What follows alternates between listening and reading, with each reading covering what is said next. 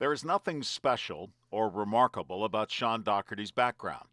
Born and raised in Johnstown, one of 9 children, a cradle Catholic, baptized and reared in his family church, St. Clement in Upper Yoder Township, a church just a short walk from the family home, a church where he met Father George Kuharchik, a man described by investigators in the grand jury report as a monster.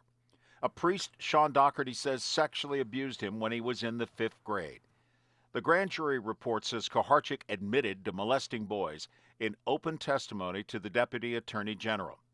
Doherty says it began when Kuharchik pulled him onto his lap and let him steer his car. We want to warn you, some of what you are about to hear may be disturbing to some. And I'm driving down Goucher Street with my hands on the wheel on our way to wherever we were going. And what started at my knee worked its way up to its thigh and then ended up groping my genitals. And that was the first time, and then every single time I drove his car after that, which was countless. Why did you get in the car again? I had to. He was the priest. He was my teacher. He was my basketball coach. We were going to basketball practice. I mean, when they snapped their fingers, you genuflected. You know, a bell rang, you had to be at a certain place. They snapped their fingers, you had to be in a line. I mean, he was the priest. Sean Doherty didn't talk much about what had happened to him. In the beginning, he wasn't even sure what had happened or why it happened. Why would anyone, including his family, believe him? Priests don't do those kinds of things. But the impact of the abuse he suffered was very evident. He struggled in school. In Catholic grade school, report cards are not sent home. A student has to go to his church pastor to get one. And so Sean went to his pastor, the late Monsignor Joseph O'Toole.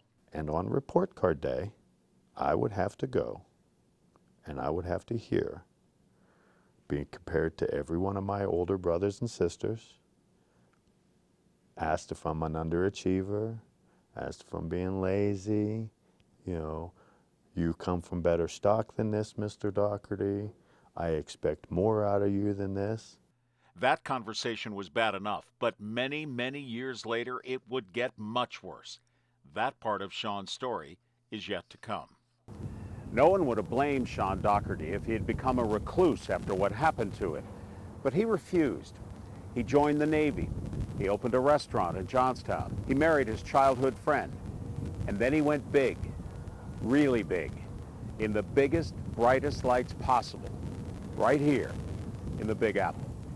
New York City, the city that never sleeps, a cosmopolitan melting pot of more than 8 million people. Not exactly where you would expect a kid from Johnstown to seek his fortune. But like another line from that great Sinatra song, if you can make it here, you can make it anywhere.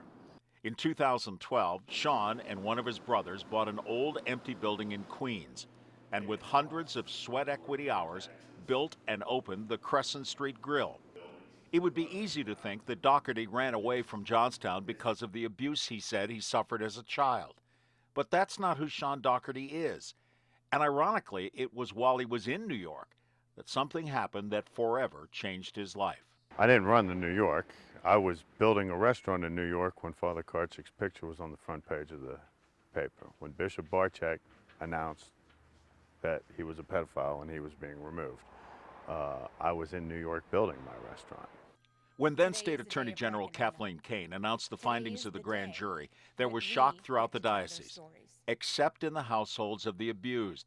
For people such as Sean Doherty, this was hardly news. He was one of more than a dozen children the grand jury found was molested by a man they called a monster, Father George Kuharchik. Doherty's hell began when he was in the 3rd or 4th grade. Leading up to the first time that I was ever touched in a sexual way, before that, I was tickled, I was hugged, I was brought in close. It was just a matter of getting used to being touched by Father Kuharchik. And how old were you?